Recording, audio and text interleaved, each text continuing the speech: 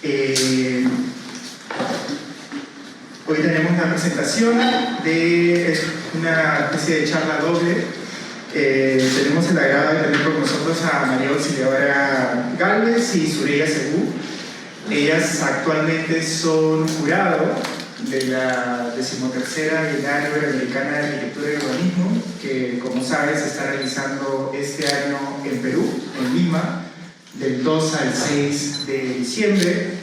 Y como parte de ese gran evento, tenemos también una especie de concurso de arquitectura en varias categorías, y Sureya y María Auxiliadora son parte del jurado de la categoría Publicaciones.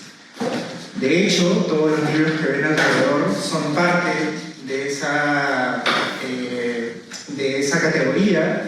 Hemos estado esta semana en conversaciones muy interesantes acerca de la selección final de los 10 ganadores de las publicaciones, que son libros que están de toda Iberoamérica. Y bueno, les hemos pedido que, aprovechando que están acá en Lima, que los hemos traído, les hemos pedido que hagan un par de charlas sobre sus prácticas. Primero voy a presentarlas también. Sureya Segú, que es la que va a hacer la primera charla, es Lowe Fellow de Harvard del GSD, es maestra en Ciencias en Arquitectura y Diseño Urbano por la Universidad de Columbia y arquitecta por la TEC de Monterrey. Es también exdirectora de la Oficina del Calor Extremo de Monterrey, de la Rockefeller Foundation Resilience Center, y profesora asociada de Arquitectura en Rhode Island School of Design. Es socia fundadora de El Cielo, oficina que engloba proyectos de arquitectura, urbanismo, investigación, consultoría, desarrollo urbano, vivienda y comunidad. Su trabajo ha sido seleccionado para presentarse en diversas muestras y bienales, como Chicago, Seúl, Iberoamérica y Venecia, y ha publicado sus trabajos en medios nacionales e internacionales. Es experta en vivienda, espacio público y procesos de regeneración urbana. Sureya nos va a presentar la charla Conciencia Meteorológica Territorial.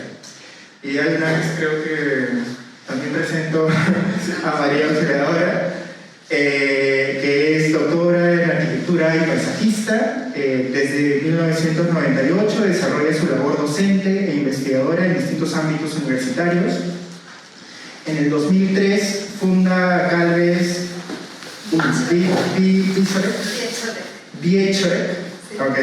Gálvez Biechore, y en el 2016 la plataforma de Somática Aplicada a la Arquitectura y el Paisaje, donde se realizan proyectos con base en la experiencia de los cuerpos diversos. Entre el 2006 y el 2010 fue coordinadora para Panamá del Programa de Cooperación Internacional en Vivienda Social de la Junta de Andalucía, 3 veces ganadora del Europan. Su obra ha sido premiada internacionalmente y además es autora de los libros Espacio Somático, Cuerpos Múltiples del 2019 y Descampados del 2022. Ella nos va a presentar la charla Landform Buildings, del edificio paisaje y el urbanismo interespecies a la arquitectura somática. Entonces hemos quedado que primero presenta a Sureya y luego presenta a María Auxiliadora, y luego pasamos al espacio para hacer algunas preguntas. Así que nada, muchas gracias Sureya, y empezamos contigo.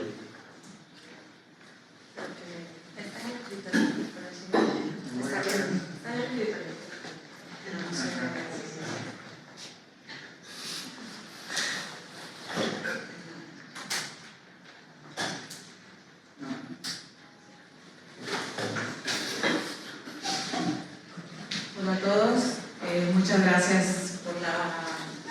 por la invitación a participar en la BIAO. Gracias Eli, gracias por su Cari. Muchas gracias por la atención que han tenido con nosotras. Hemos pasado una semana increíble, intensa, feliz. La comida, por supuesto, como siempre, espectacular. Y hoy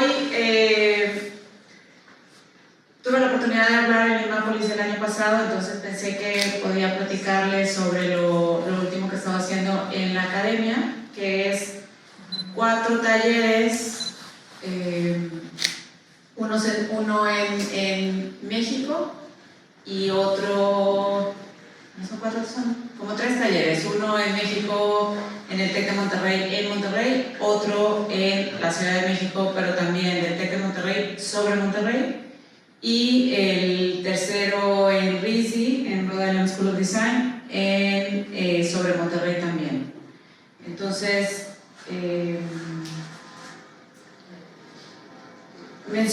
continúo con el tema que había platicado el año pasado, que tiene que ver con los aprendizajes que he tenido a partir del trabajo en la oficina de calor extremo para Monterrey, y que creo que lo hemos sentido todos y nos hemos dado cuenta que el cambio climático está aquí, que las temperaturas están aumentando y que cada año, si han seguido las noticias en este sentido, cada año es el más caliente de la historia. Entonces esto llega aquí hasta el 2021, pero el año pasado también fue el año más caliente.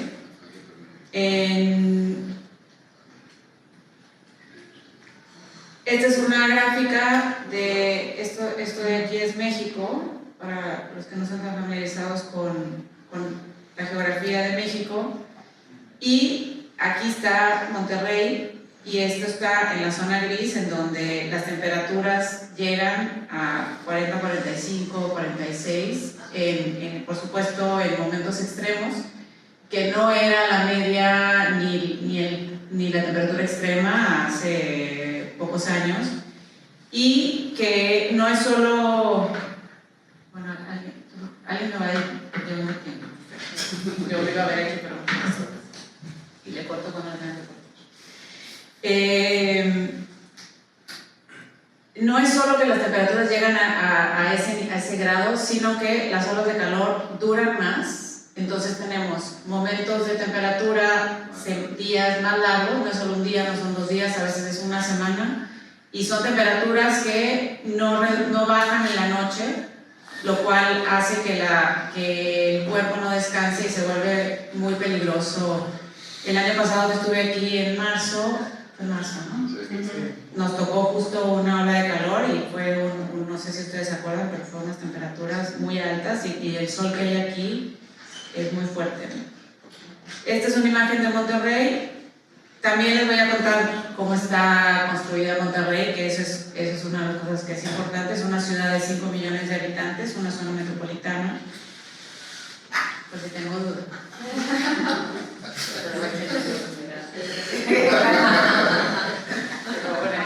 Gracias. Es la zona metropolitana de Monterrey. Monterrey es la capital del estado de Nuevo León, y esta es la parte que es Monterrey, y todo lo demás es la expansión que ha ido sucediendo en la ciudad. Esto azul es lo que es Monterrey, la zona metropolitana. Y creo que se alcanza a ver un poquito. Lo que yo quería enseñar en esta imagen es el contraste entre lo verde, estas son montañas. Lo que me parece a mí más bonito de Monterrey, además de la gente, son las montañas. Y esto es casi lo que significa el 7% de área verde que hay en la ciudad, en la zona metropolitana. Todo lo demás, como se ve, es muy gris. Es una ciudad orientada al auto, al coche. Entonces las vialidades tienen mucha prominencia, el transporte público no funciona muy bien, y eso causa que, por supuesto, que las olas de calor sean más frecuentes, que el calor sea mayor, y que las temperaturas que experimentan las personas que caminan, que circulan y que viven en Monterrey lo experimenten de manera más fuerte. Esto es parte... Lo que voy a presentar es esto de los alumnos y la investigación que hemos ido haciendo con los alumnos, y esto es el sistema hidrológico de la ciudad, pero que desafortunadamente, salvo lo de las montañas, lo demás está cubierto, y hay 5 ríos que cruzan la ciudad y lo demás está pues bajo el pavimento. Esta es la montaña, pero todo esto son por supuesto parte del sistema hidrológico que atraviesa toda la ciudad y que no lo vemos, y que no lo aprovechamos, y que no lo alimentamos, no lo cuidamos. Este es un acercamiento y bueno, aquí está, este es uno de los ríos principales, que es el río Santa Catarina, que atraviesa la ciudad transversalmente, y este es otro río, y que se juntan, bueno, el río abajo se juntan esos dos ríos. Este es un estudio de las temperaturas de los efectos de isla de calor en Monterrey. Esta es la zona de Monterrey, y el 70% de la población sufre del efecto de isla de calor, ¿no? Por supuesto, estos más rojos son las concentraciones de temperatura que se dan más en el centro y en el norponiente de la ciudad, que son, el norponiente de la ciudad es donde se concentra la mayor población de Monterrey. Esto es el sistema de transporte público, que pues sí tenemos un metro, pero es muy, no alcanza a llegar a todas las zonas. Toda la parte de acá del sur no está conectada con este transporte, y después, además, por alguna razón, todos los autobuses llegan al centro siempre, y del centro se van a otro lado. Entonces de pronto el centro se vuelve este lugar que no funciona bien, y que además los traslados que podrían suceder bueno, también que les digo a ustedes aquí, ¿no? Creo que hemos experimentado que de pronto lo que nosotros nos hemos trasladado en 6 kilómetros lo hacemos en 40 minutos, 1 hora, y no sabemos por qué es tan largo, ¿no? Esta es una relación del crecimiento que ha tenido la ciudad, que es esto de aquí, a lo largo del tiempo, una línea de tiempo aquí para Nacharí, de 1700, no puedo ver, pero 1798 a 2020, y cómo la temperatura, que está relacionado por supuesto con la manera en la que está construida la ciudad, va aumentando. Entonces, entre más pavimento, menos vegetación, menos agua, esto va peor, ¿no? Bueno, aquí no sé si se alcanza a ver, pero este es el mapa de México, y aquí está Nuevo León, y bueno, Monterrey está aquí. La zona metropolitana de Monterrey acoge al 90% de la población del estado. Entonces es una concentración urbana muy importante. 5.1 millones. Es la segunda, siempre nos estamos peleando con Guadalajara, pero es como la segunda ciudad más grande de México, después de la megalópolis de la Ciudad de México. Otro tema que nos ha parecido siempre, también en nuestra práctica, muy importante, es el tema de la vivienda y la crisis de vivienda que estamos padeciendo mundialmente. Estas nuevas viviendas que vamos a necesitar en los próximos años es también parte de la investigación que hacemos. No voy a hablar tanto de la vivienda aquí, pero sí voy a explicar un poquito. Esta es una imagen de vivienda de autoconstrucción en la Ciudad de México, es esto, pero este es un paisaje que es familiar de nuestros países, los países de Latinoamérica, que constituye el 70% de la producción de vivienda en el país, y que implican, por supuesto, inequidad espacial, inequidad social, falta de acceso a la ciudad, falta de acceso a equipamientos. Este es un ejemplo que nada más por este borde hay una diferencia brutal en vegetación, en espacio, en calidad de equipamientos. Y en Monterrey, además yo creo que también debido a la manera en la que hemos construido y que no hemos podido gestionar bien el agua, hemos tenido una sequía casi para llegar al día cero hace 2 años. El año pasado también continuó la sequía. Esta es una presa que quedó, la presa de la Boca, que estaba, aquí está el agua, o sea, al 30% de su capacidad. Y bueno, por supuesto que todos los efectos que esto que vemos en el territorio, cómo impacta y cómo lo vemos en la vida diaria, ¿no? cómo impacta a las personas. ¿Cómo? Cape Town. Sí, también. Y la Ciudad de México no se habla mucho de eso, pero estamos muy cerca de estar en DSL. Esperamos que la nueva presidenta haga algo por el país en este sentido. Esta es una imagen de una zona en donde nos concentramos en el trabajo académico, que se llama La Campana y que es una zona de autoproducción que está en una montaña y que por supuesto que padece de falta de infraestructura, mala calidad en lo que tiene. Esto es nada más para enseñar un poco cómo pues, la gente trata de adaptarse a estos fenómenos. El problema es que no tenemos tan clara la problemática del calor extremo y pensamos que como es una ciudad donde siempre ha hecho calor, pues es otro día más que hace calor, pero en realidad le está afectando a nuestro cuerpo de una manera muy importante y sobre todo a las personas, a los niños, a las mujeres embarazadas, a las personas que tienen enfermedades crónicas, les afecta mucho más.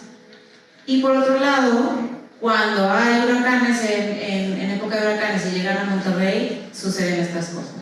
Entonces es claramente esta falta de entendimiento de los sistemas hídricos, de la gestión del agua, del manejo, y hay muertos por el calor, hay muertos por la lluvia, hay deslaves en las montañas, porque es una ciudad que tiene montañas.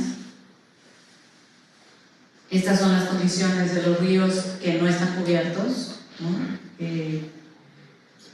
Y que desafortunadamente también en una época se pensó que lo mejor para Monterrey era precisamente por esta lluvia que llega repentina, sacar el agua más fácil, más rápido. Entonces, por eso están los ríos construidos de esta manera, pero en realidad lo que hacen es que el agua pasa, no permea, no se queda, no se gestiona. Entonces eso contribuye al calor. Esta es la condición de las montañas y en general casi en todas las zonas las montañas se empiezan a construir, por supuesto, con vivienda de reproducción. Y estas son formas en las que la gente ha resuelto su problema de su necesidad de vivienda, su necesidad de infraestructura, su necesidad de conexión, que es pues, con estas escaleras, con estas construcciones precarias que después se vuelven más formales. Y esto, bueno, los proyectos, es un panorama pequeño que les voy a enseñar, pero de diversas maneras de entender el territorio y de entender esta problemática y cómo los diferentes grupos han entendido que podían, no es resolver, porque creo que no es una solución, pero una suma de soluciones que podrían ir abonando a poder buscar maneras de mitigar, pero también buscar maneras de transformar la ciudad, que en realidad, dada la situación de la ciudad, lo que necesitamos son transformaciones radicales de fondo que pudieran ir generando nuevos ecosistemas para ir reduciendo estas condiciones extremas que estamos teniendo. En este caso, este equipo hizo esta es una montaña, hizo un análisis entre la montaña, de temperatura, la montaña, esta zona que está construida, y la conexión a otra montaña. Y en este caso encontraron, por supuesto, que las temperaturas en la montaña son, en el área construida acá, pues son altas. Después en el área de la montaña, que tiene más vegetación, baja la temperatura y vuelven a subir. Este es el pico que encontraron, que es el estacionamiento de un centro comercial en una fecha determinada, que siempre cuando hablamos de cambio climático hablamos de ese grado más que va a aumentar, o el 1.5, 2 grados que puede ser que aumente, pero en realidad yo poco he escuchado la temperatura que viven las personas en la ciudad y con condiciones de este tipo. En este estacionamiento, que son estos estacionamientos así masivos, la temperatura llegó a 76 grados centígrados. ¿Por qué es pavimento? Porque no está cubierto y porque por supuesto era un momento de calor extremo. Entonces, imagínense caminando ahí en ese estacionamiento, ¿no? O sea, lo que está expuesta la gente. Y me pareció muy pertinente empezar a hablar de estas temperaturas que la gente ya está viviendo.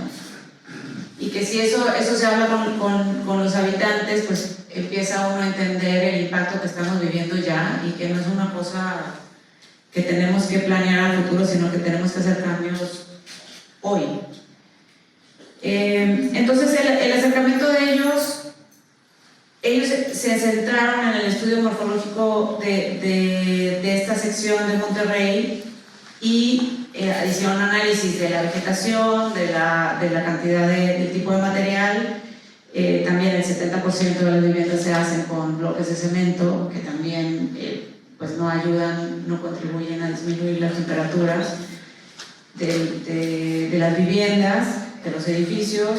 Se refleja mucho el calor y esta es la sección en donde este es esta área del centro comercial. Y entonces hacen una propuesta, es como incluir más vegetación. Sería importante no tener estas planchas de cemento, estas planchas de asfalto, y cómo ir incluyendo, por supuesto, vegetación nativa. Y creo que lo que se habla de plantar árboles, pero también pensar que cuando plantamos árboles tenemos que entender que hay que trabajar la tierra, porque no es que nada más quitas el asfalto y ya puedes sembrar, que hay que entender que no es plantar cualquier árbol y que además hay que pensar de manera sistémica qué entorno vamos a crear ahí, cuál es el ecosistema que pudiera, no es regenerarse porque ya esa parte ya está muerta, sino que vamos a generar ahí, qué se puede generar y cómo se puede hacer esa transformación. Y bueno, aquí está como un ideal de cómo podría empezar a verse más verde, ¿no? Y cuál sería como unos pasos. Ellos hacen una sugerencia de cuáles podrían ser estos pasos de tener este panorama en donde casi es todo gris, cómo se puede ir vegetando. Lo más fácil que encontramos, lo más rápido en realidad, es empezar a poner vegetación en lo público, porque también encontramos que hay resistencia en los privados, y en empezar a entrar a áreas privadas es más complicado. Y aquí, bueno, con ayuda de inteligencia artificial hicieron como unos escenarios de lo que sería ideal, ¿no? Encontrando todo esto, yo de pronto hablábamos en el equipo y en el grupo y con otros profesores que sería muy importante pues empezar a levantar asfalto y levantar cemento, ¿no? Levantar banquetas, abrir, cerrar, hacer más calles peatonales, abrirlas y empezar a buscar cómo recuperar la humedad del agua. Y claro que habría que regenerar también los ríos y toda la cuenca, ¿no? Este es otro que está relacionado con este tema del agua, es del mismo, estos fueron en el TEC también, y a partir de dos áreas que por supuesto en el plan de desarrollo aparecen como verdes, pero no son verdes, son áreas que no tienen árboles, que son tierra. Cómo empezar a trabajar esas zonas y cómo empezar a entender las conexiones entre estas áreas y generar corredores urbanos verdes y corredores que puedan ser como más, que puedan conectar ecosistemas y que puedan generar un ecosistema que a escala de ciudad pueda ir recuperando diferentes zonas de la ciudad. Y aquí está otro ejemplo de las islas de calor sobre este territorio, que es el que estaban investigando, y estas son estas dos zonas que quieren ellos conectar, además de revisar otras zonas. Y este sería el primer ejemplo de cómo empezar a conectar estas zonas y cómo empezar a conectar y hacer una red. de parques y de corredores verdes. Creo que no voy a entrar mucho en detalle aquí, pero bueno, es igual empezar a poner vegetación, a entender cuáles son las áreas rescatables y recuperables que tienen agua, como esta de aquí, que esta sí existe, y cómo podrían empezarse a abrir otras conexiones en donde el agua está por abajo, pero podría rescatarse para empezar a generar estos ecosistemas. Y esta es como su visión a futuro, ¿no? Que es esta conexión con empezar a abrir estas conexiones, estas otras zonas de pequeños ríos que alimentan los ríos principales. Esto por supuesto que no existe, está abajo de todo lo construido. Y cómo empezar por ahí, o sea, empezar por las zonas donde se recupera el agua, empezar a generar este ciclo, ¿no? Empezar a generar humedad para que se pueda dar la vegetación y para que entonces pueda empezar a recuperarse y a construir otro ecosistema.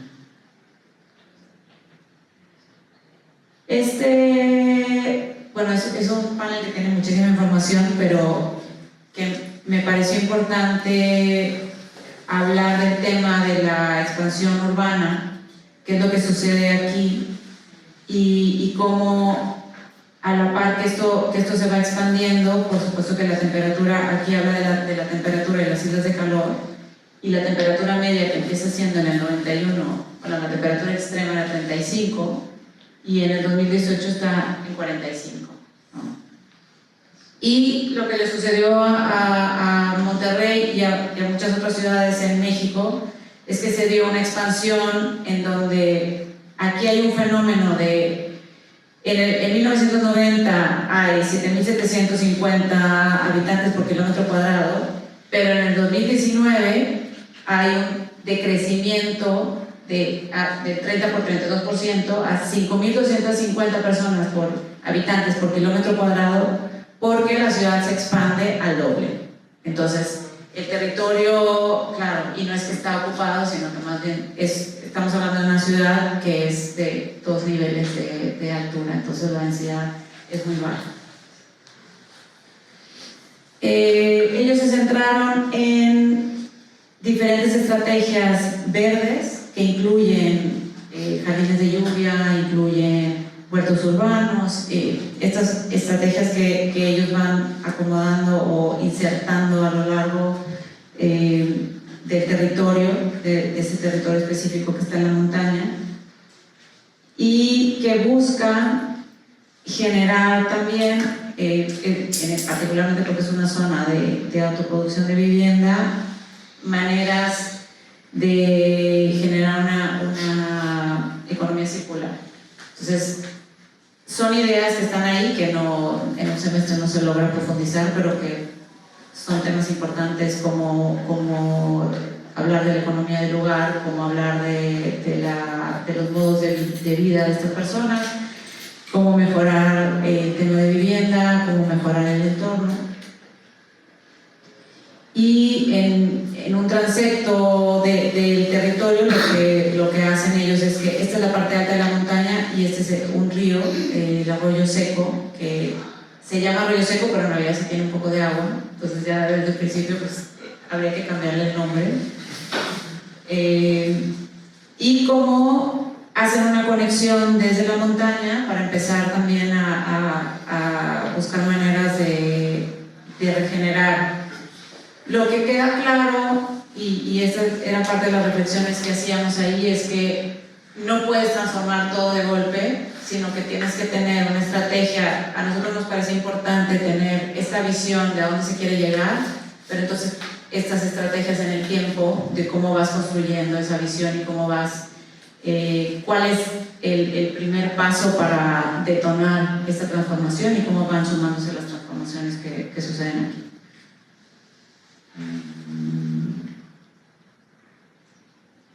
Este es así es el metro, una línea del metro es así elevada en Monterrey. Esta es una zona de Monterrey que si se fijan, bueno, yo creo que esto es un árbol, pero o sea, no, este pastito aquí que a veces hasta es artificial.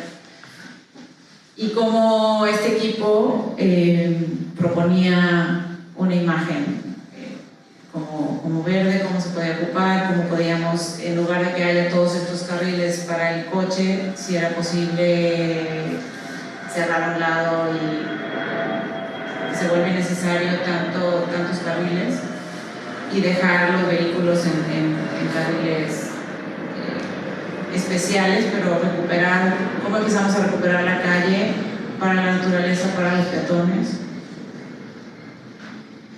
Y, lo que hacen ellas es que proponen como un cable bus, como en Colombia, en Medellín, para conectar la montaña. Esta es la parte alta de la montaña, este es el arroyo seco, y todo esto es vivienda de autoproducción, entonces es muy difícil subir. En coche se puede llegar hasta aquí o en transporte, y lo demás ya es caminando con escaleras. Y proponían esto y proponían, por supuesto, que empezar a regenerar la montaña y empezar a usar este camino que ellas proponían para empezar a vegetar, pero también empezar a hacer conexiones de agua. Y cómo, bueno, aquí se ve mejor. Entonces, empezar por áreas muy estratégicas y a partir de ahí crecer y que esta vegetación pueda ir permeando a las áreas, a las zonas habitacionales, que son todas estas que están acá. Y a lo largo de este recorrido generar unos puntos de pequeños equipamientos comunitarios y sociales para esta comunidad. Bueno, aquí unas imágenes. Y por último, este equipo se enfocó más en las personas, en tratar de entender la comunidad y tratar de entender o de buscar maneras en las que la misma comunidad pudiera empezar a generar cosas y cambios, aún y que por supuesto que el gobierno no participara tanto, que no tuvieran tanto apoyo. Propusieron el uso de adobe, que es por supuesto un material que se ha usado por siglos, que es térmico, que funciona mejor, que se puede hacer en sitio, con la tierra del sitio, y lo que propusieron ellos fueron unas torres de viento para ubicarlas estratégicamente para áreas públicas y para áreas de vivienda, en donde, que esto, bueno, viene de una investigación que hicieron ellas de la arquitectura islámica, por supuesto, y en esta sección acá está la montaña y aquí está el arroyo, cómo localizar en puntos estratégicos estas torres de viento que pudieran ayudar a generar, a disminuir la temperatura en el espacio público y en las viviendas también. Entonces, aquí se ve, por ejemplo, esta sería en el área pública, y luego en viviendas y en áreas, en otras áreas donde pudiera también hacer estas torres que pudieran tener varios usos como captación de lluvia, de agua, y son estrategias muy pequeñas, pero que pueden generar cambios importantes, sobre todo cuando veíamos que el espacio público en estas zonas no tenían sombra, tenían muy poca infraestructura, no tenían mobiliario urbano, por supuesto que vegetación tampoco. Y lo que hacen es que en este caso no son habitables porque son espacios pequeños, sino que sale el aire por abajo, ¿no? Entonces refresca lo que está alrededor. Hacíamos la analogía como cuando vas caminando en una ciudad donde hace mucho calor y de pronto pasas por una tienda que está abierta y el aire acondicionado y como que te quieres quedar ahí, ¿no? Pero te llega un poco. Esta era la idea de esto, y luego Por supuesto que especulamos sobre cómo podrían utilizarse estas torres en momentos de emergencia, podrían ser autosostenibles donde generaran electricidad y pudiera la gente, por ejemplo, llegar ahí a conectarse. Ellas hablaban de cómo la comunidad podría apropiarse de estos y darles una imagen particular de acuerdo a donde estuvieran ubicados, que pudieran ser, aquí es como, bueno, sobre todo pensando en las mujeres, cómo se pueden reunir y trabajar en esta generación de los adobes, pero también podría ser un área para tener juegos infantiles y que los niños estuvieran por ahí, área de, estos son como unos escritorios, mercados. Y esto es cómo funcionaría. Ellas pensaban que podría ser una torre por cada 2 casas, pero cómo podría empezar a implementar esto en las viviendas.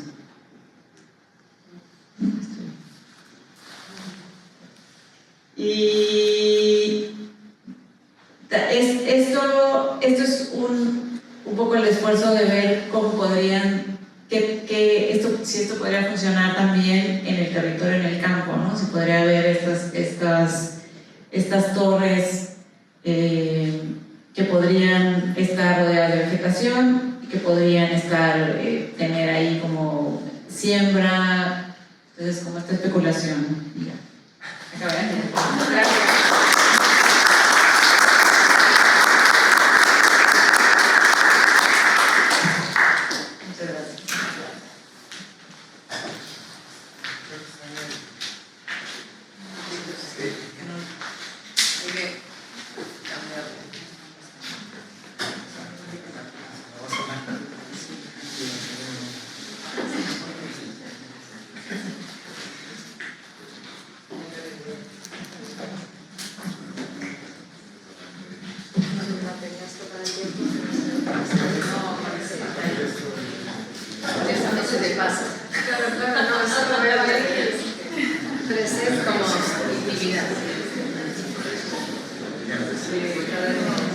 Bueno, pues nada, gracias a todas las personas que estáis aquí esta noche, que ya se están empezando a hacer tarde, pero bueno, está siendo un placer compartir esta semana aquí con todos vosotros los docentes de la CUP, con Sorella y con vosotros hoy aquí, ¿no? Ahora, esta noche. Así que, bueno, pues voy a continuar un poco, me has dejado ahí el legado sobre ella, como con un planteamiento que has dejado muy claro, ¿no? El momento que vivimos. Y yo voy a hablar de mi práctica y me gustaría enlazar un poco en este momento de crisis climática bueno, cómo la arquitectura se ha estado enfrentando a esto, ¿no? Yo terminé los estudios en 1998, ya hace un tiempo, y voy a empezar ahí, ¿no? ¿Qué sensibilidad había en ese momento? Desde luego no era el mismo momento que ahora, pero cómo la arquitectura empezaba a darse cuenta de qué manera podíamos tratar con los sistemas ecológicos, ¿no?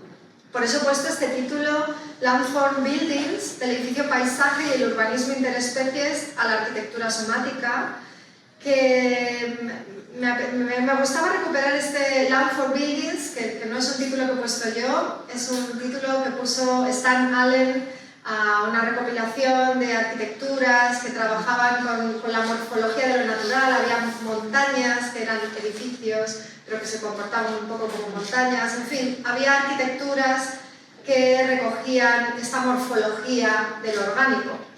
Entonces, bueno, en los años 90, que esto estuvo muy presente, yo también hice mi Landform Building, era mi fin de carrera. Me gustaba traerlo hoy, ya que estáis aquí, no sé en qué curso estáis, pero igual algunos estáis con vuestros fines de carrera. Este fin de carrera es un conjunto residencial de viviendas. Bueno, adelantar que, claro, todo esto es un contexto muy diferente al de Latinoamérica, es un contexto europeo, hay cosas que veréis que seguramente aquí no tienen aplicación, ¿no? Pero es el contexto en el que yo he desarrollado mi práctica. Este edificio se desarrollaba encima de una antigua gravera, una mina de extracción de áridos, y el propio crecimiento residencial lo que pretendía era desarrollar la regeneración de ese lugar. Es decir, entre estos edificios así un poco filamentosos, que esto era un collage hecho pegando papel, no como se hace ahora, crecerían árboles, ¿no? Y hoy día este Parque Regional del Sureste es un área de Madrid que tiene esta pinta, esa misma zona de la Gravera, que estaba como todo el terreno bueno, muy degradado. Hoy día es un parque natural. Mi fin de carrera nunca se construyó, pero sí formó parte de esta recopilación que hicieron la oficina Ábalos y Herreros, y que yo tuve la oportunidad también de colaborar, que era como un ensayo visual de, podríamos llamar Land for Buildings. Ellos llamaron a este libro Natural Artificial, y veis en estas dobles páginas, ahí arriba a la derecha, pues está este proyecto que yo desarrollé. Abajo tenemos a Ben Van Berkel y aquí a Million Bass, ¿no? Pero la cuestión era empezar a abrir esos imaginarios de la arquitectura enlazada a estructuras de lo que solíamos llamar naturaleza, ¿no? A estructuras naturales. Y de qué manera la arquitectura daba soporte a estas estructuras naturales. Poco después de este proyecto, tuve la suerte de, con una aproximación similar, ganar el concurso Europan 6, es un concurso para arquitectos jóvenes en Europa, en 2001 en la ciudad de Córdoba. Estaba ubicada en este frente del río Guadalquivir, este era el sector de unas 26 hectáreas. Y bueno, empecé a trabajar con esta misma tipología del fin de carrera. Esto es una parte del panel de concurso. Veis que era una especie de gusanos, ¿no? La arquitectura aquí, los edificios eran como este tejido filamentoso, que veis aquí también como entrelazado en la maqueta, porque igualmente la idea era que la vegetación creciera, es decir, que era un desarrollo de 1800 viviendas, pero la idea era hacer un bosque de ribera. Tanto en sus materialidades como en sus figuraciones, las viviendas, de las que veis aquí algunas tipologías, pretendían establecer ese vínculo con la observación del entorno natural en el que esto se insertaba. Veis que casi todas las viviendas tenían unos salones con mayor altura, algunos dedicados a infraestructuras de agua, como era este caso, o tenían grandes terrazas. Y había esta cosa, como este imaginario, por ejemplo, de ver, no sé, la luna, ¿no? O el cielo a través del salón y la vegetación. En este proyecto estuve trabajando 10 años, fue uno de los proyectos importantes de nuestra primera oficina, que fue Gallup Wieczorek, junto a una socia polaca, una arquitecta polaca. Y aquí veis algunos de los ensayos de estas tipologías de vivienda que se insertaban en seguían siendo estos edificios filamentosos que tenían esta vocación de hacer una transición desde una parte mucho más densa en esta zona, que era la zona que engarzaba con la ciudad existente, para luego convertirse en esta especie de bosque. Aquí en medio habría arbolado y pasar a estar en contacto con el río. Lo novedoso en este proyecto es que tuvimos la oportunidad de desarrollar 5 planeamientos urbanos y 2 proyectos de urbanización. Y el planeamiento urbano, ahora lo miro en la distancia, y era algo así como un planeamiento pionero en urbanismo interespecies, porque era un planeamiento que estaba al servicio de ese bosque de ribera. Si os fijáis, había una tabla como de grados de ocupación y de densidades. En el grado 0 solamente podía haber arbolado, después estaban estas edificaciones elevadas, luego había taludes que ya se pegaban al suelo, que eran también de vivienda y con tipologías más densas, y acabamos teniendo tipologías en altura en algunos momentos que consolidaban esta densidad. Lo interesante es que en este urbanismo interespecies no podíamos trabajar solo en un plano, eran 3 dimensiones.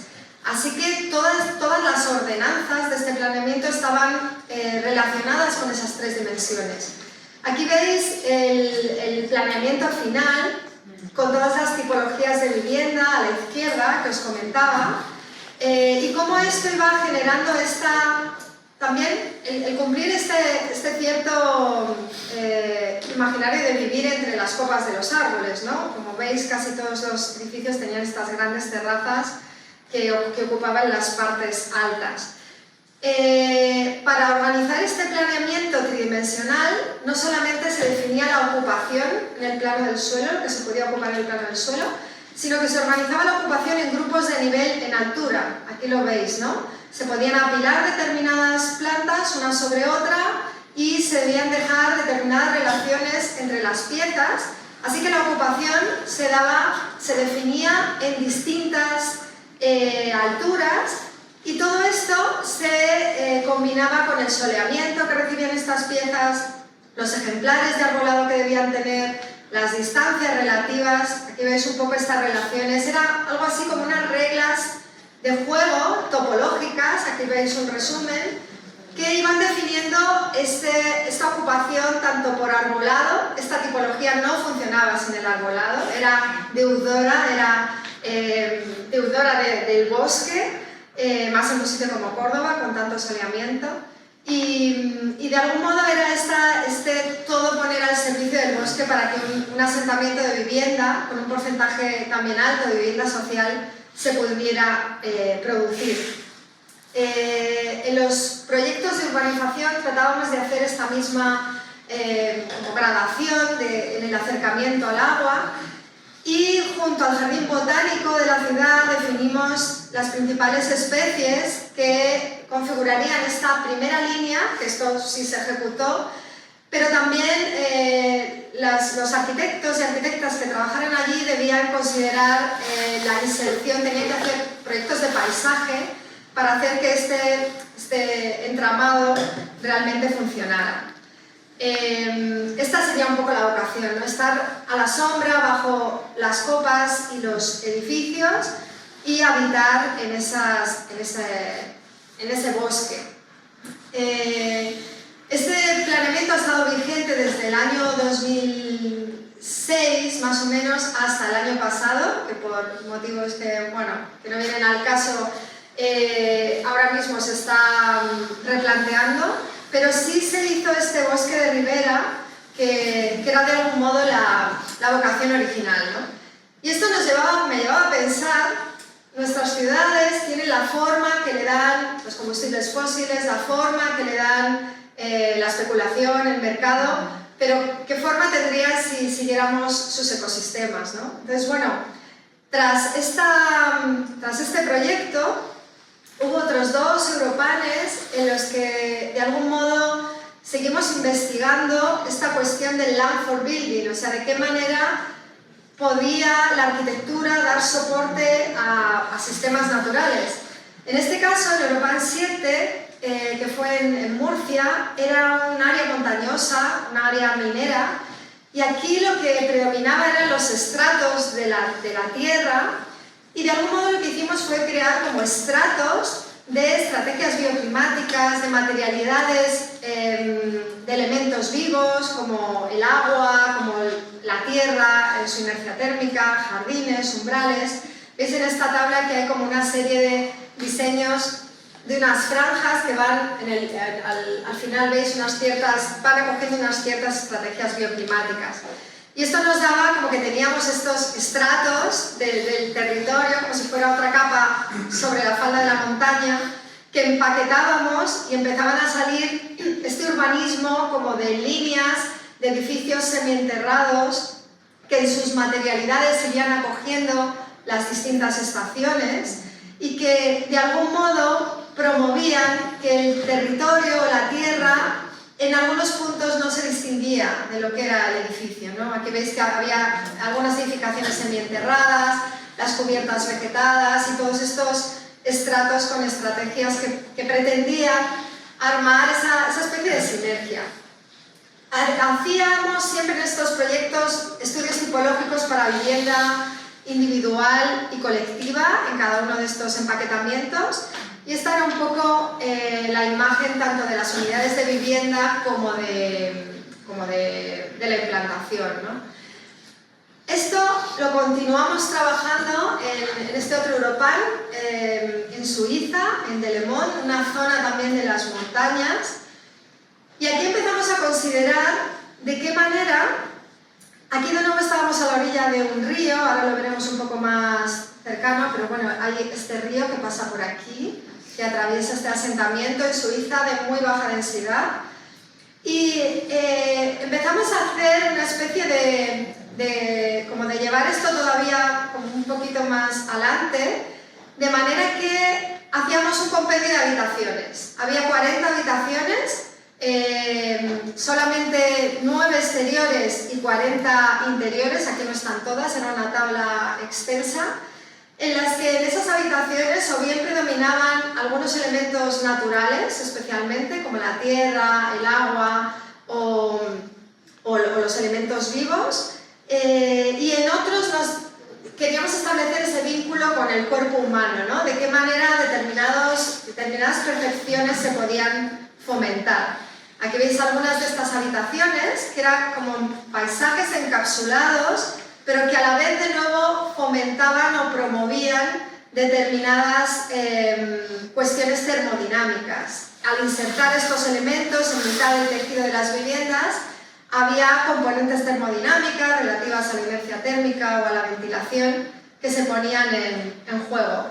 De esta forma hicimos esta especie de Tetris en el que las viviendas unifamiliares o viviendas de baja densidad iban conformando, bueno, este tejido que veis aquí abajo. Estas serían unidades de vivienda. Y en este entorno urbano las habitaciones exteriores de alguna forma también iban configurando los espacios públicos, como una suerte de ADN relativo a elementos naturales o a determinadas percepciones asociadas a la producción del paisaje, que iban configurando esta especie de masa o de tejido híbrido. Esta sería la versión de mayor densidad, de nuevo, experimentando con la vivienda colectiva y esta organización como de viviendas en las que de una habitación pasabas a otra, ¿no? Como en los antiguos palacios, ¿no? Que no había pasillos, sino que ibas atravesando estos entornos de una forma mucho más orgánica, ¿no? Cada uno de estos colores corresponde a una vivienda. Aquí lo podéis ver un poco mejor. Había una cuestión más de este uso como de habitaciones interiores y exteriores que se constituían en edificios, que era la relación con el río, ¿no? De nuevo, esto permitía, igual que en el primer Europan, en el proyecto de Córdoba, establecer como unos grados de intervención frente al río, unas zonas inundables y áreas en las que, bueno, de algún modo se establecían estos corredores de relación con el área de la infraestructura natural del río.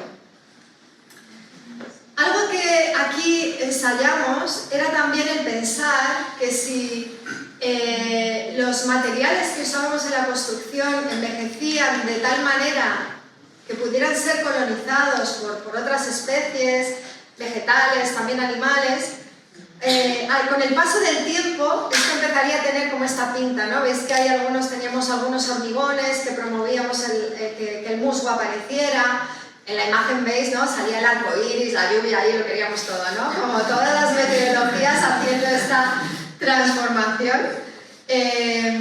Bueno, esto, de alguna manera, lo pudimos llevar a cabo en un edificio de otras características, pero que tenía una vocación parecida. O sea, de algún modo hoy aquí también quiero entender esta relación entre los proyectos más especulativos y los proyectos materializados, o los proyectos que construimos, ¿no? Esta es una escuela infantil realizada en las inmediaciones de Madrid, que tenía esta vocación de camuflarse con el entorno, ¿no? Quizá en eso es un poco literal. Teníamos una única planta, ahora veréis que su ubicación era en la corona superior de un parque. Toda la cubierta, aquí veis la cubierta y las fachadas desplegadas. Toda la cubierta tenía este dibujo con cubiertas verdes, pero con plantas tipo sedum que requieren muy poquita agua. De algún modo toda la cubierta era este jardín que ya producía como una protección con una inercia térmica importante. Esta es la imagen que me refería, ¿no? Estamos en la coronación de un parque. Así que el propio edificio trata de continuar con ese parque. Este talud luego se se llenaría, bueno, con hidrosiembra, se proyectaría hidrosiembra. Y teníamos también en la fachada estos pequeños patios que en realidad estaban atravesados, aquí no lo veis, pero había unos árboles plantados aquí que acabarían atravesando el edificio y saliendo hacia arriba, ¿no? Aquí lo veis un poco mejor, esos patios en la fachada y en realidad estas aulas para los niños de diferentes edades y el patio que eran todas organizadas en torno a micropaisajes, también un poco habitaciones, como teníamos en el proyecto anterior, que irían a producir vínculos concretos con espacios de vegetación concretos. Estas fotos están tomadas al inicio, la vegetación está muy pequeña, pero os podéis hacer una idea de esta relación, como de este plano que relacionaba con el skyline de la ciudad y esta serie de patios que iría albergando vegetación con el tiempo. Ahí lo vemos muy pelado todavía. Lo que también buscábamos era buscar ese vínculo desde la infancia con los modos de observar la naturaleza, de observar el cielo, de observar este patio con el árbol en crecimiento. El acceso se realizaba a esta cota de la calle, el edificio estaba en un talud, con lo cual el jardín se veía desde arriba. Y luego estos micropatios que permitían como esta cierta intimidad con un árbol concreto, ¿no? Que eso siempre me parece interesante, como distinguir, ¿no?, un ejemplar concreto. Las ventanas, veis que había ventanas para niños y ventanas más para adultos, que permitían que los niños también se relacionaran con como pequeños observatorios con estas zonas del entorno, en el entorno del edificio, que aquí observamos en la cota alta de este talud. Esa sería una cuestión, ¿no? Si el edificio se conforma como un land for building porque es soporte de vegetación o que permite esta relación afectiva con especies concretas. En este otro proyecto, para una pista de hielo en Valdemoro, en una localidad cercana a Madrid, se ensayaba otra cuestión. Y era este edificio, primero una pista de hielo, tenía un uso estacional. En verano pensábamos que la pista de hielo no se usaba por la diferencia de temperatura y el gasto energético. Pero en invierno pensábamos que fuera esta infraestructura como para patinar, esta pista de hielo, pero a la vez que fuera una especie de plaza cubierta en un entorno, aquí lo veis blanco y no parece tan... Pero bueno, esta era la plaza de toros de la localidad, que tenemos allí todavía muchas de estas, y un edificio de vivienda aquí haciendo esta L, con lo cual este edificio de la pista estaba muy encajonado, pero aquí había un área libre que proponíamos que fuera un parque, junto a estas pistas de deporte, y la pista de algún modo trata de unirse a ese espacio verde, ¿no? En algunos momentos, en invierno, cuando el sol está ya muy bajo, se producía este efecto, ¿no? En el resto de horas del día y del año no convenía mucho, ¿no?, que entrara el sol, pero en invierno, con el sol muy bajo, aparecía este fenómeno, ¿no? Y eso nos parecía que era otra forma de apreciar lo natural, cuando de repente aparece un fenómeno, cuando cae una tormenta, cuando está el atardecer, que todos estamos como bajo ese fenómeno, ¿no? Tim Ingold le llama un efecto de coalescencia, ¿no? Todos vivimos un poco lo mismo. Entonces la pista se abría hacia este parque y también en toda su materialidad, con ese deployé cromo que había a este lado, lo que hacía era como reverberar esa relación con la luminosidad y hacer ver muy patente que el espacio era cambiante, que de algún modo las estaciones pasan, que el día y la noche está, porque normalmente en los parques, al menos en España, las especies son elegidas especialmente para que estén siempre verdes, requieren mucho consumo hídrico y parece que las estaciones ni existen, ¿no? Aquí queríamos hacer patente esa relación con la fenomenología de la meteorología del lugar.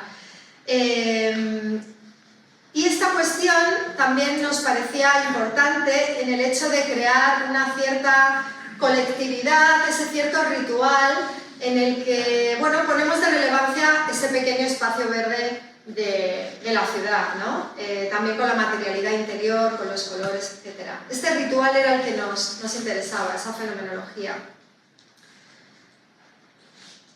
Los movimientos de los cuerpos en los espacios, en este concreto de la pista de hielo, también nos parecían interesantes. ¿Para qué tipo de movimientos diseñamos, ¿no? En los espacios naturales hay movimientos más diversos, pero en la ciudad suelen estar muy pautados, en nuestras ciudades por lo menos, y hay movimientos privilegiados para cuerpos privilegiados, ¿no? Cuerpos blancos, occidentales, erguidos, de pie, es como la posición que se prima. Cuerpos postrados, animales, no sé, gateando, arrastrándose, ¿no? Eso nos parece como subliminal, ¿no? O sea, no sé, como no nos interesa.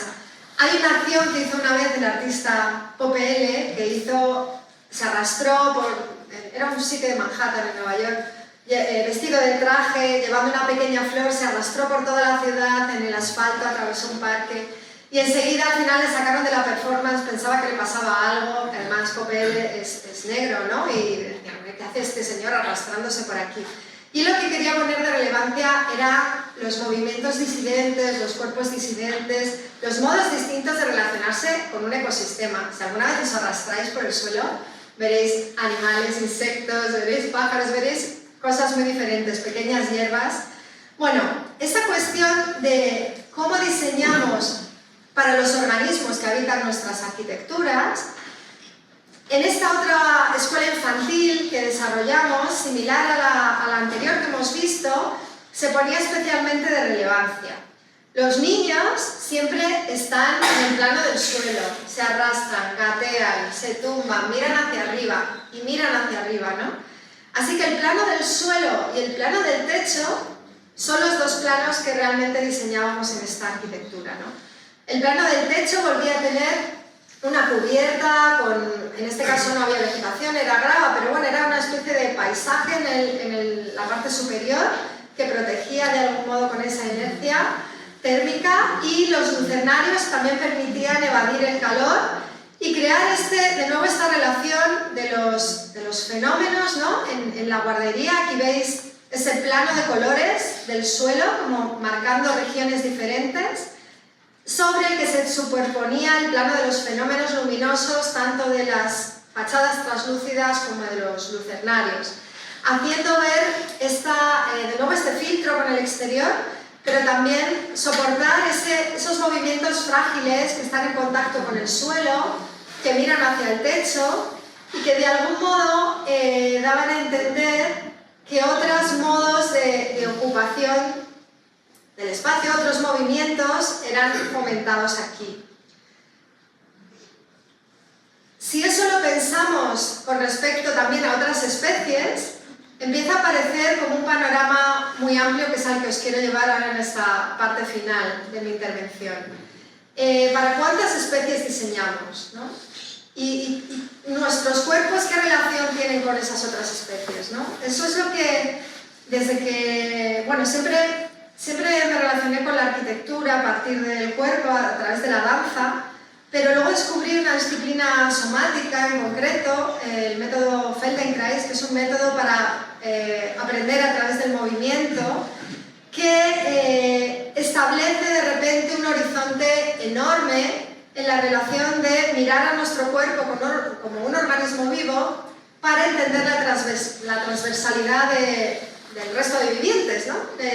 Nuestros movimientos tienen que ver con los de otros animales, estamos relacionados con ellos, nuestra composición en nuestro organismo es solo como de un 10%, nuestras células de lo humano, el resto son hongos, virus, bacterias, tenemos de todo, ¿no? Nuestra composición con respecto a la de los mamíferos, esquelética, es muy parecida.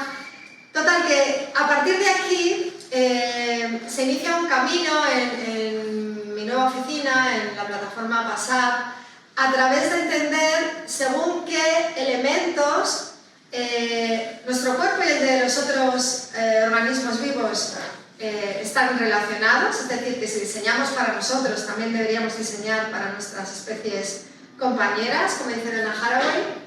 Y esto afectaba a la arquitectura en distintos puntos, que es básicamente este librito de espacio somático, cuerpos múltiples. Afectaba en los tipos de movimientos que orquestamos y que realizamos, porque también tienen que ver con la política de los espacios. Podíamos aprender de los sistemas vivos, incluido el nuestro. Había toda una antropología sensorial y cultural de lo que percibimos. La imaginación radical es lo que nos permite pensar futuros diversos y políticas diversas.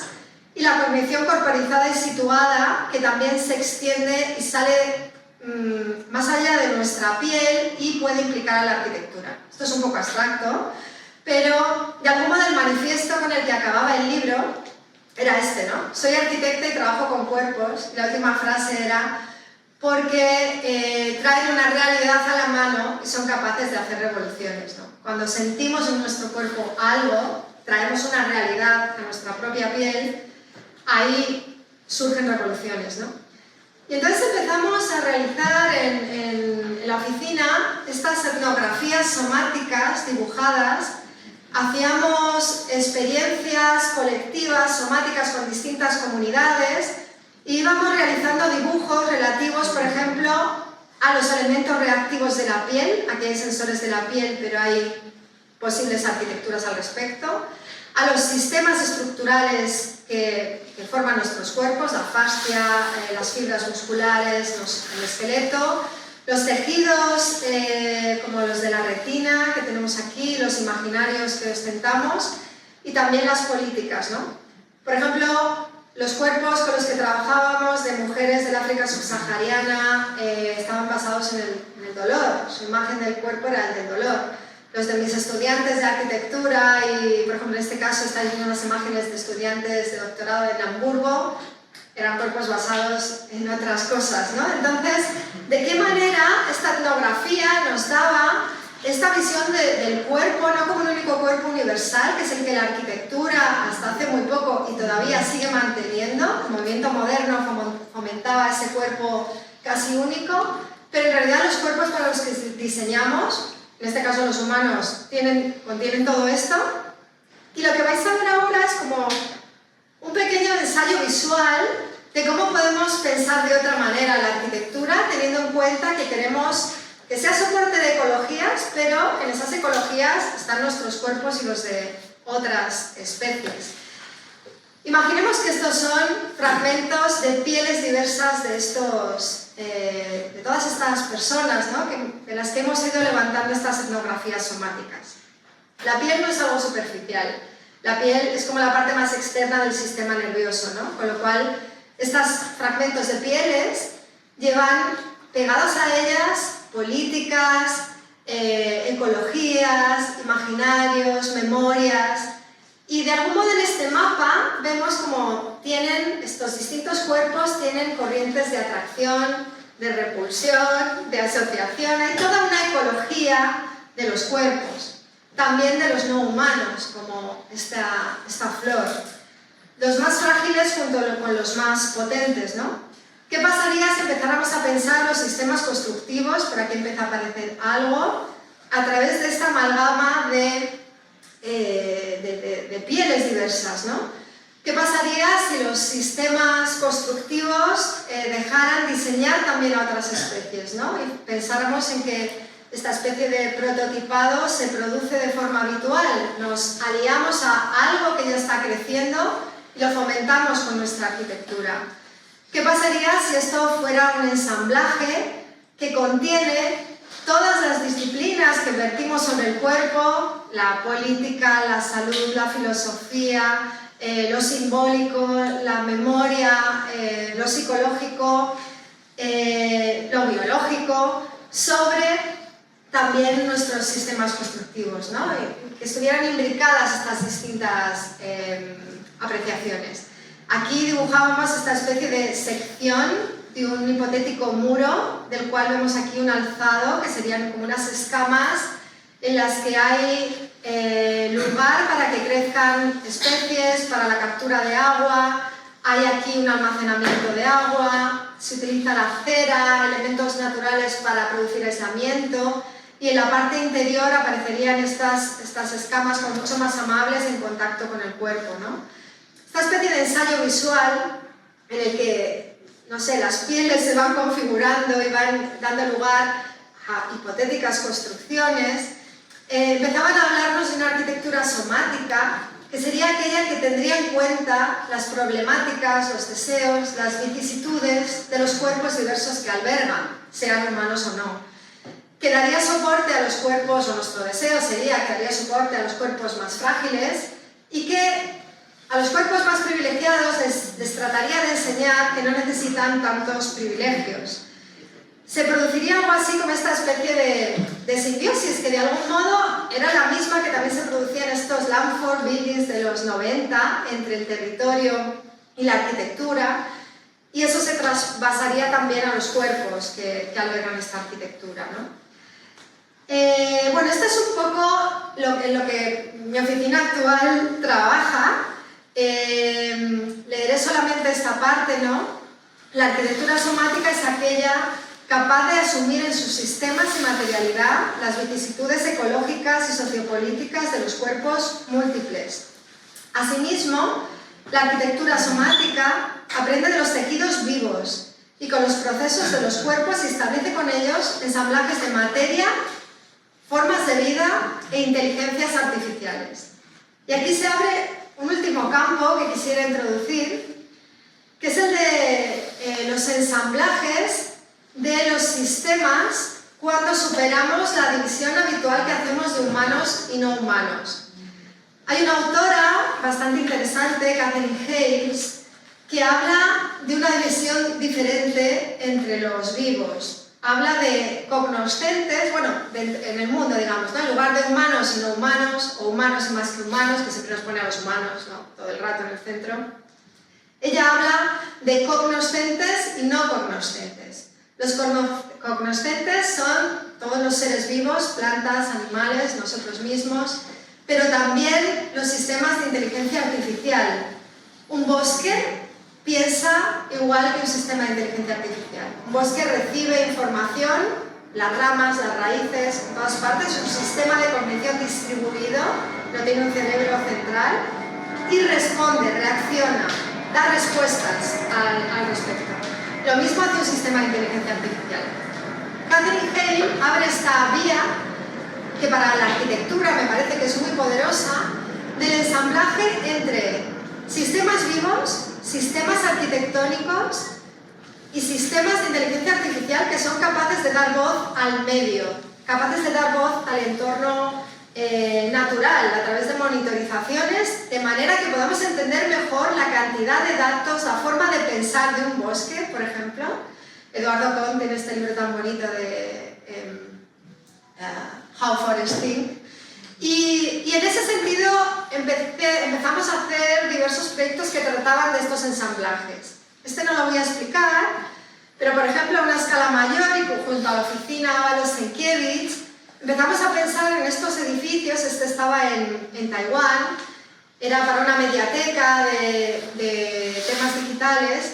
Empezamos a pensar de qué manera el edificio podía ser un Landford Building, tener estos lugares para distintos ecosistemas. Aquí teníamos algunos para insectos y mariposas, pero las cubiertas también recogían agua y albergaban como microtexturas que podían albergar vida.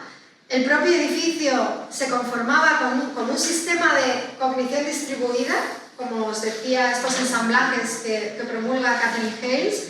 Estos rosas eran torres de ventilación, pero que estaban también rodeadas de vegetación y monitorizaban lo que ocurría. Los azules también eran estos ecosistemas de fachada.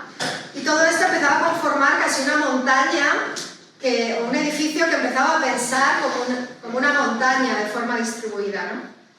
Y me gustaría en esa línea acabar, me quedan 3 minutos, pero, con un proyecto que estamos construyendo en la actualidad, a una escala mucho más pequeña, pero que de algún modo es el primero que consigue materializar esta especie de ensamblaje un tanto abstracto que os he explicado.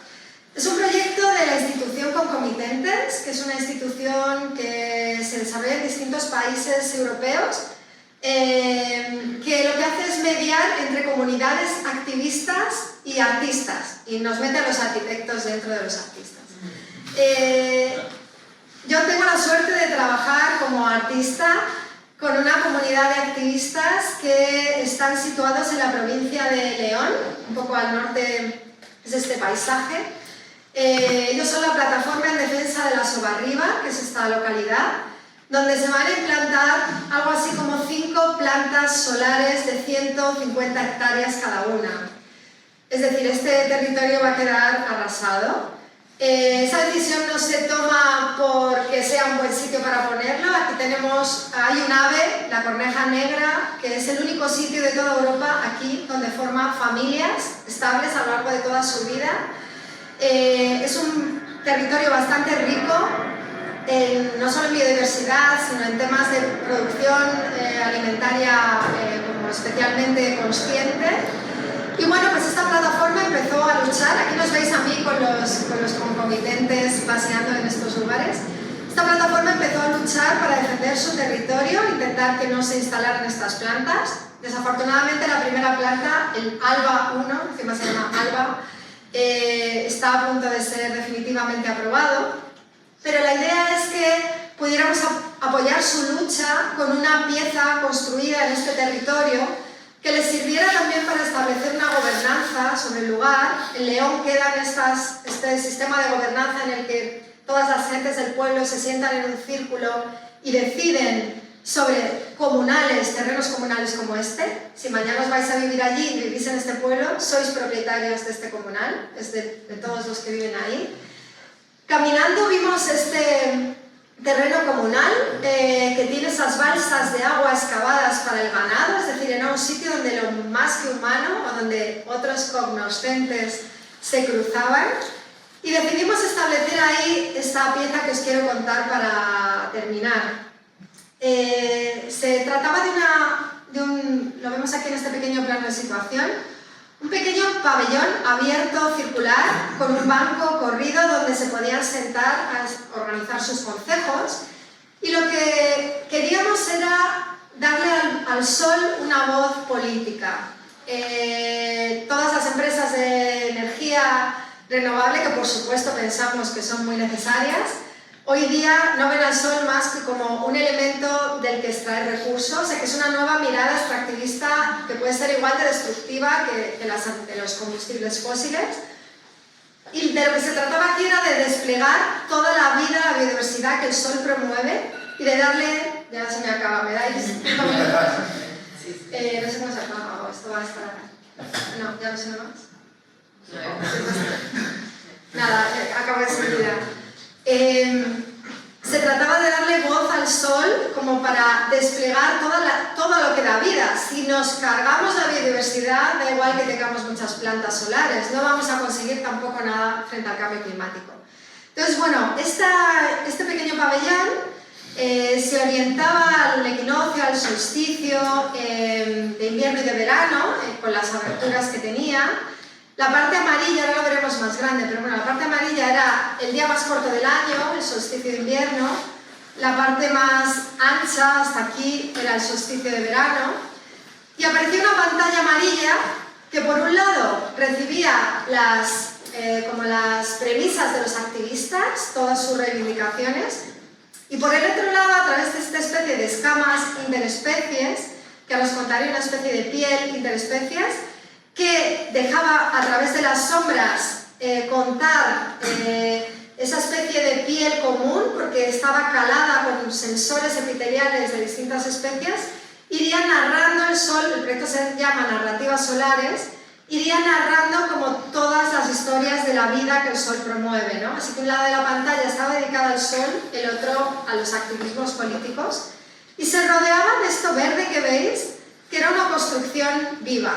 Allí en León había una antigua manera de construir vallas, que son las sebes, en los que se cogían elementos de árboles vivos, se plantaban, volvían a enraizar, crecían. Cuando las sebes estaban crecidas, lo que veía uno es una línea de bosque, no veía una valla nada más, ¿no? Esta es una sebe joven, esta es una sebe antigua. Las escamas interespecies, teníamos estos prototipos de distintas instalaciones hechos en papel. Estos son esos recortes, aquí ves esta colección, son sensores reales que tenemos nosotros y otros animales en la percepción del medio, así que queríamos hacer esta piel como planetaria. En algunas de las instalaciones nos podíamos meter dentro de todas estas sombras, ¿no? Creando esta relación de estar como dentro de una piel interespecies. Pues esto se llevaba aquí, que sería esta aglomeración de escamas de piel, de manera que de algún modo esta plataforma se iría llenando de vegetación, iría acogiendo los concejos de estos activistas. Se construye en madera, con estas piezas de madera curvada que también recuperan artesanías de la madera que ya se han perdido. Y estas escamas además, aparte de llenarse de insectos y demás en los calados, podían monitorizar el medio, ¿no? De algún modo esta especie de sistema de cognición distribuida que decíamos. Las escamas comprenden al medio, nos lo enseñan, los humanos estamos ahí alrededor, en esa especie de parlamento que engloba al territorio, y en este caso las escamas las estamos realizando en madera curvada, esos son los moldes, y esta es la pinta, ¿no? Es como hacer esta especie de ensamblaje de escamas, de pieles, que se insertan en este pabellón que está construyendo de momento la propia comunidad. Aquí os presento a sus activistas, a Daniela, a Aurora, a Justo, el señor de 83 años, que es el que nos ha enseñado a hacer las sebes, y aquí estuvimos pues todos construyendo las sebes que ya se plantaron hace casi un año, ahora están ya bastante, estas fotos son de hace un año. Y bueno, con esto me gustaría acabar, ¿no? También quería hablar un poco al final aquí, cuando el proyecto intenta imbricar todos estos, el sistema de la tierra, construcciones vivas, las construcciones arquitectónicas. Fijaros el cuidado con el que estas personas han hecho esta cimentación, ¿no? Este excavado. Iban sacando los tapines verdes, cuando se iban para el día siguiente los volvían a poner dentro para que mantuviera la humedad la tierra. Y bueno, pues en estas estamos, ¿no? Con la pieza estando diseñada, ahora mismo está empezando a ser construida en taller, y las sebes ya brotando y esperando a que esto, bueno, sea al final como una especie de línea de bosque, de manera que también si el pabellón el día de mañana se desmantela, queda esa especie de bosque con las aberturas hacia el equinoccio, hacia el solsticio de verano y de invierno. Y para terminar, pensar, os quería lanzar esta premisa. El biólogo Edward Osborne Wilson definía nuestro cuerpo como un compuesto de materia, una roca, animada con electricidad. Cuando la carga se extingue, nuestro cuerpo regresa a la Tierra. A lo largo del tiempo geológico se comprimirá y volverá a convertirse en roca, en un ciclo interminable. Y en ese sentido, simplemente mencionaros que este otro libro, Descampados, que hicimos, lo que trata de aplicar es eso precisamente a la ciudad.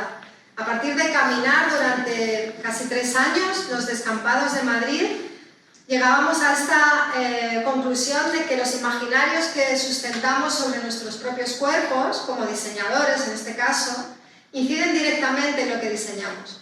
Si consideramos que nuestro cuerpo es esta especie de Frankenstein multiespecies, seguramente nuestras ciudades también estarían diseñadas con más conciencia para otras especies. Y a partir de ahí pues aparecen proyectos urbanos como este para el bosque metropolitano que desarrollamos y que tienen en esta base, en su base, la puesta en el territorio del cuerpo y los imaginarios que conlleva, ¿no? Con un poco todo lo que os he contado. Así que bueno, os dejo con esta imagen para cuestionar de alguna manera qué compone nuestra carne y acorde a eso, cómo queremos diseñar. Gracias.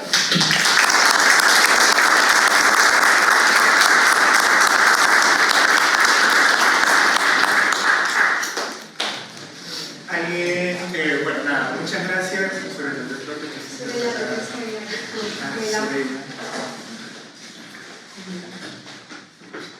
¿Alguien tiene alguna pregunta o comentario?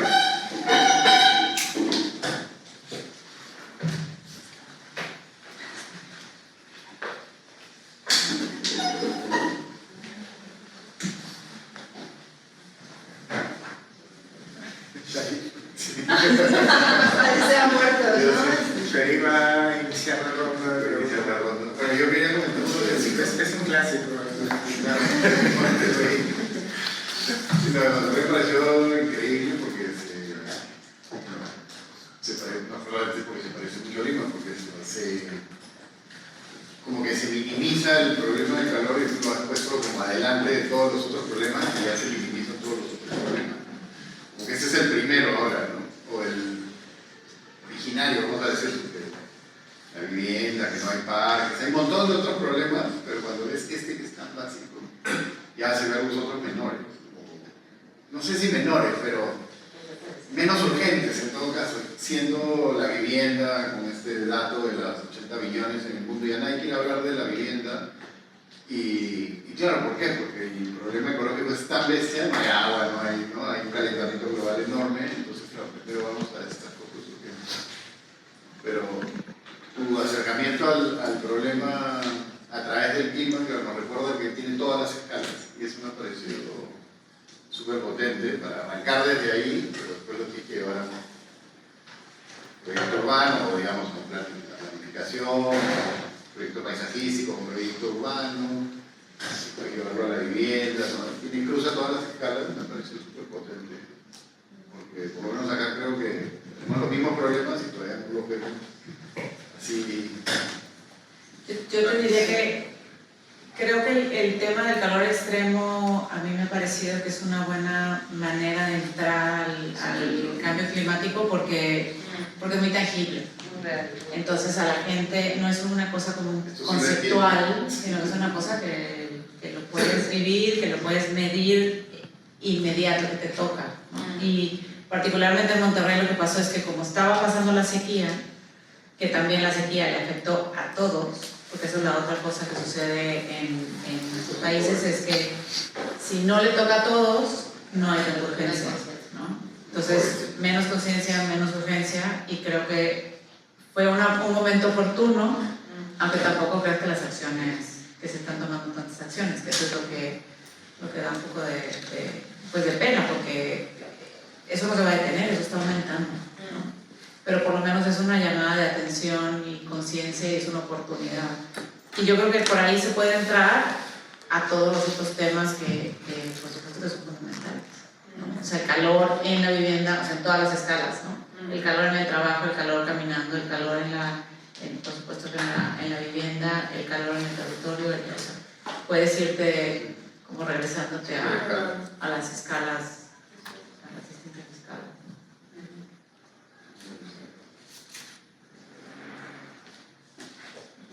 ¿Alguien tiene otra? Sí, Para que no te quedes sin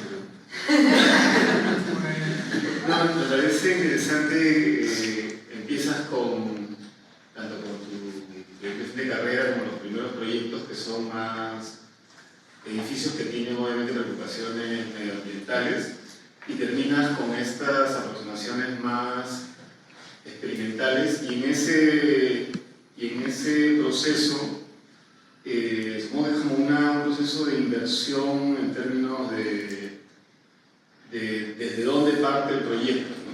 Que en el primero el proyecto parte de la propia ciudad, de digamos, los referentes psicológicos que existen y de pronto se va cada vez más como construyendo esa mirada hasta partir del cuerpo y parecería que va a seguir avanzando en esta suerte de ruptura con el imaginario de manera muy radical, ¿no?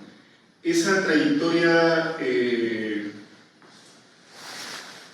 de alguna manera parecería implicar un cuestionamiento a lo disciplinar, pero sin embargo creo que no es eso, sino es simplemente una inversión del camino, digamos, de la manera de percibir, de entender y de aproximarse metodológicamente, pero que continúa siendo, desde mi punto de vista, muy disciplinar, aun cuando el edificio casi haya desaparecido, ¿no? Me interesaría saber cómo lo has vivido ese proceso. Sí, me parece interesante lo que dices. Sí creo que es así. O sea, muchas veces cuando cuento cosas así, mis colegas es como esta no es arquitectura, ¿no? No, o sea, un poco la disciplina me expulsa a mí, pero yo veo así la disciplina. O sea, yo sí creo que hago arquitectura, incluso cuando no hago edificios. Y creo que eso pasado que como la práctica convencional de la arquitectura no me permitía explorar determinadas cosas. Entonces creo que, al menos a veces, hay que salir un poco o salir mucho, explorar y no digo no volver a una práctica que podríamos decir como muy disciplinar, pero creo que cuando vuelves hay como un pensamiento diferente acerca de cuándo es necesario construir, cuándo no, cuándo hay que... Y todo esto, bueno, también arregla las posibilidades de cada contexto y de cada momento, ¿no? Pero creo que a veces la arquitectura se mira demasiado a sí misma y se pierde que tiene que empezar a implementar otras herramientas porque si no ya no está dando respuesta a situaciones como las que Soreya nos ha dicho, ¿no? Yo no digo que esta sea la manera, pero es mi manera, es la manera más honesta que yo he encontrado de seguir explorando en lo que de verdad me implicaba, lo que de verdad me seguía produciendo curiosidad. Había otras partes que me aburrían mucho, entonces, y esta me comprometía, ¿no? Me obliga a posicionarme en esta intersección en la que a veces, pues a lo mejor no soy arquitecta, pero me parece que me ayuda a pensar como arquitecta, o no sé si es importante ya lo que uno acabe siendo, en tratar de dar una cierta respuesta a lo que nos está acuciando, ¿no? Y sí, no sé dar mucha más respuesta, pero me parece interesante lo que dices, no lo había pensado así, ¿no? Como que el punto de partida del proyecto, la arquitectura se va construyendo, me gusta verlo como ese ensayo visual de las pieles, ¿no? A veces se va formando un cúmulo y sale una arquitectura y a veces no, aparece una performance o una instalación, pero el fondo de investigación es lo que va uniendo un poco todos los aspectos, es lo que de algún modo me mantiene con curiosidad en la práctica.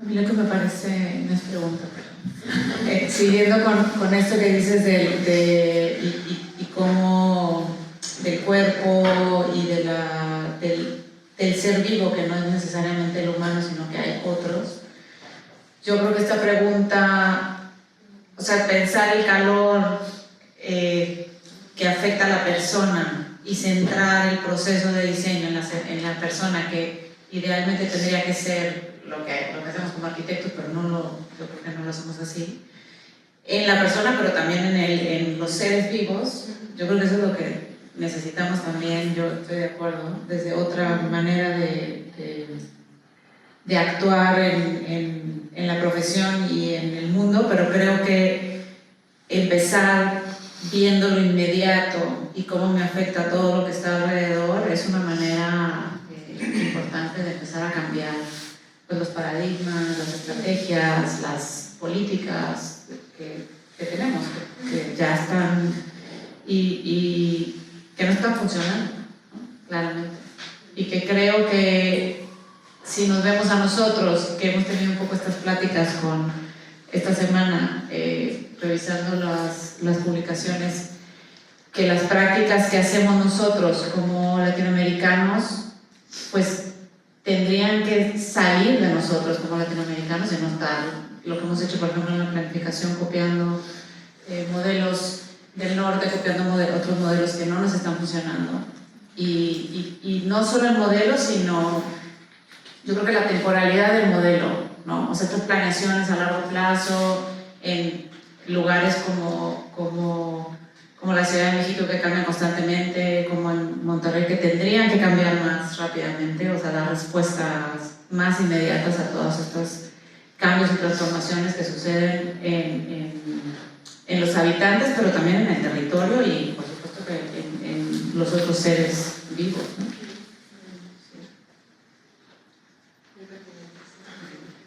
Yo tenía una pregunta un poco continuando el comentario de Lucho en relación a que nos expliques un poco mejor cómo vas construyendo estas imágenes también, a manera de representación. Porque entiendo que desde ahí también hay una manera de comenzar a acercarse a otras maneras de hacer arquitectura y también visualizarla, ¿no? Entonces, no sé si nos puedes contar un poco. Sí, hubo un momento, bueno, en nuestra práctica, ¿no? Cuando teníamos el estudio Galvez de Chore, llega la crisis de 2008, siempre el dibujo tuvo una presencia fuerte, pero ha habido ahí como una transformación. Llega la crisis de 2008, empezamos a perder proyectos, nos empiezan a dejar de pagar, bueno, todo. Mi socia se va afuera, tiene que emigrar, va todo un fisco. Y de algún modo, también a través de la investigación que llevaba sobre danza y arquitectura, donde estudiaba también los sistemas gráficos que utilizaban coreógrafos y arquitectos, empiezo a volverme hacia lo que tengo cercano, ¿no? En este caso, mi propio cuerpo. Y a través de este estudio, de esta disciplina somática que dura 4 años, es un tiempo como lento, empiezo a entender como imaginarios diversos que intuyo que tienen consecuencias arquitectónicas pero que no sé cómo materializar. Entonces, llegado un momento, estuve unos cuantos meses dibujando esas experiencias somáticas, que son esos donde se corta la etnografía somática que aparecían dibujos. Esos dibujos son de gran formato, son a mano pero digitales. Igual tardaba 2 meses, no solo haciendo eso, pero vamos, 2 meses en hacer uno, y ahí trataba de pensar, ¿no?, todo lo que se desplegaba en cuanto a imaginarios, en cuanto a estructuras biológicas, en cuanto a materialidades, trataba de marcar ahí todo. Y luego eso lo ponía en común con estas comunidades con las que hacía la experiencia y de algún modo recibía esos feedbacks, ¿no? Y esos primeros dibujos, para mí, como arquitecta, y ahí sí me siento muy dentro de la disciplina, solamente a través del dibujo pude hacer un poco la traducción de eso que empezaba a intuir para llevarlo al campo arquitectónico, ¿no? Entonces esos dibujos para mí fueron especialmente valiosos y luego pues sí, empezar a trabajar con montajes entre cosas, pero en el fondo los dibujos desplegaban unos ciertos imaginarios en los que todavía ahí estoy un poco atrapada, ¿no? No sé hacia dónde irán, pero han sido muy instrumentales en entender el hecho arquitectónico desde otra perspectiva. Sí, creo que... Y también me gustaba, estaban hechos a mano, es decir, mi movimiento con el lápiz digital o las escamas estas de papel son cortadas a mano y dibujadas directamente horas y horas también, ¿no? Hay una práctica, ¿no? Hay algo que me interesa de lo somático y es que es una práctica, no es algo que cargas en un corte 3D. Es que hay un pensamiento que se hace haciendo y eso pues también es un modo de pensar, un modo de pensar llevándolo a tu cuerpo, a tu escala o a tu hacer, ¿no? Por supuesto es lento, pero esa es otra cuestión que creo que es importante. Frente a una producción desmesurada, pues estos modos que te permiten pensar mientras haces, ¿no? Y entonces, bueno, sí, los dibujos están hechos por mí, no solo... O sea, bueno, los de edificios no los hago yo todos, obviamente, tenemos gente en el estudio, pero los otros son dibujos que se hacen a la vez de pensar. Pues hay una cierta disposición corporal también en ello, cierto manifiesto. Lento y a mano. ¿Alguien tiene algún...? No sé, ahora que conversábamos, mencionabas el vínculo con Iñaki, Sí. tu tutor, y en un taller Iñaki me acuerdo que hacía algo sobre cartografía en el aire, y el aire contaminado, Sí. y desde ahí, de la cartografía del aire, terminaban apareciendo las posibilidades del proyecto. Y bueno, nada, solamente por incluirte Sureya, porque también era para ti. Sí. En Monterrey también una de las cosas que no va a haber son los edificios de Gorreta, ahora está el edificio de Aravena, que son siempre como edificios, y en esta ambas han expresado una preocupación muy fuerte desde lo corporal. ¿Cuánto de eso tiene que ver con que sean mujeres, con la cosa del género? ¿Cuánto? Claro, porque creo que eso pues, es de alguna manera eso que está aportando esa mirada diferente en la arquitectura reciente. Pero la pregunta es que si seguimos en Monterrey con el sistema patriarcal. Aravena lo escogió el consejo del TEC. No solo Monterrey.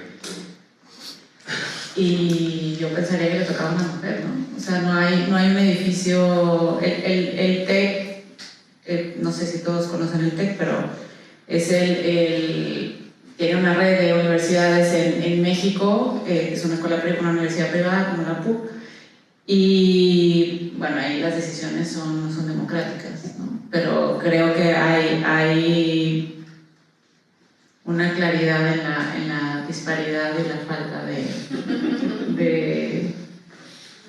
no sé, de oportunidad. Y yo creo que el resultado no va a ser muy positivo de ese edificio. Está en proyecto y por lo que me han platicado no es un objeto más que se va a sumar al campus. Entonces yo creo que sí hay una oportunidad importante. Lo que me ha tocado recorrer de los campus del TEC es que no están conectados con el tema, con el entorno. Están empezando a abrir el campus, que creo que eso es una cosa que sería interesante para la PUC. Empezar a abrir el campus a su entorno, al contexto que hay, a los vecinos, a lo que está pasando, cómo comparte las áreas comunes, las áreas públicas, la infraestructura que existe en la universidad con la comunidad.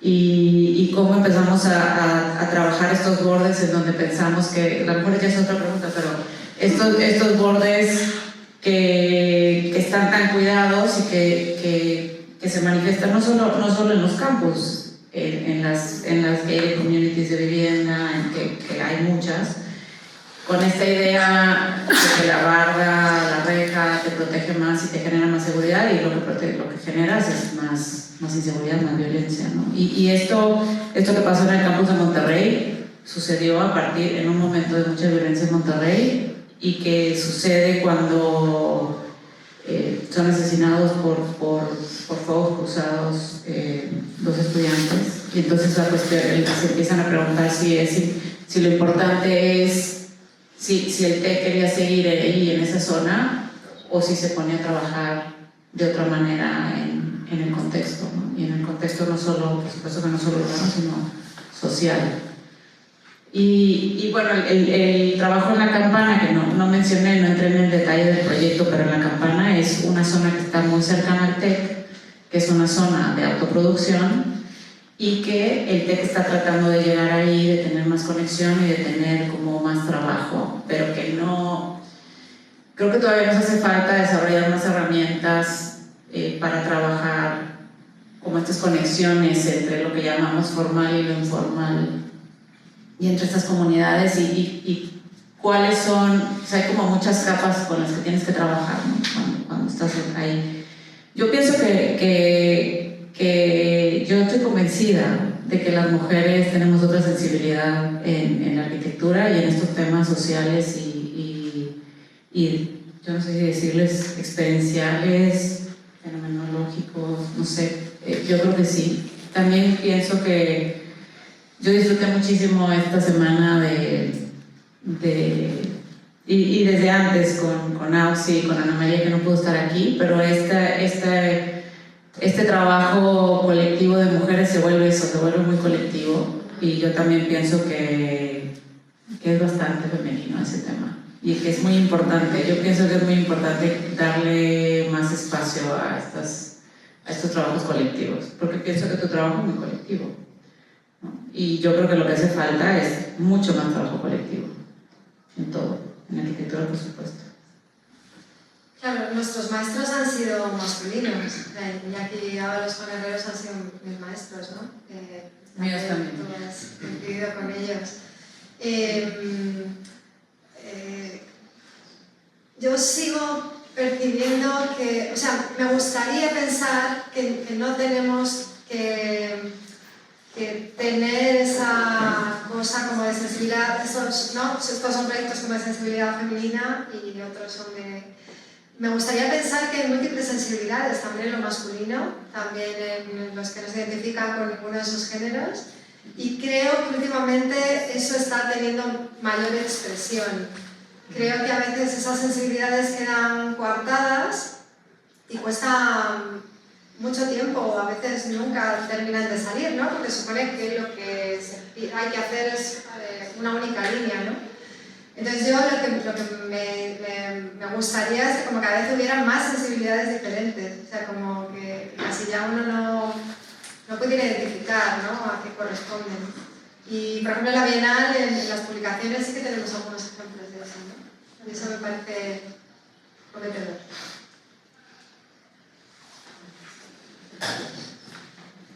¿Alguna otra pregunta o comentario? Si no, que creo que ya está. Gracias a todos y todas.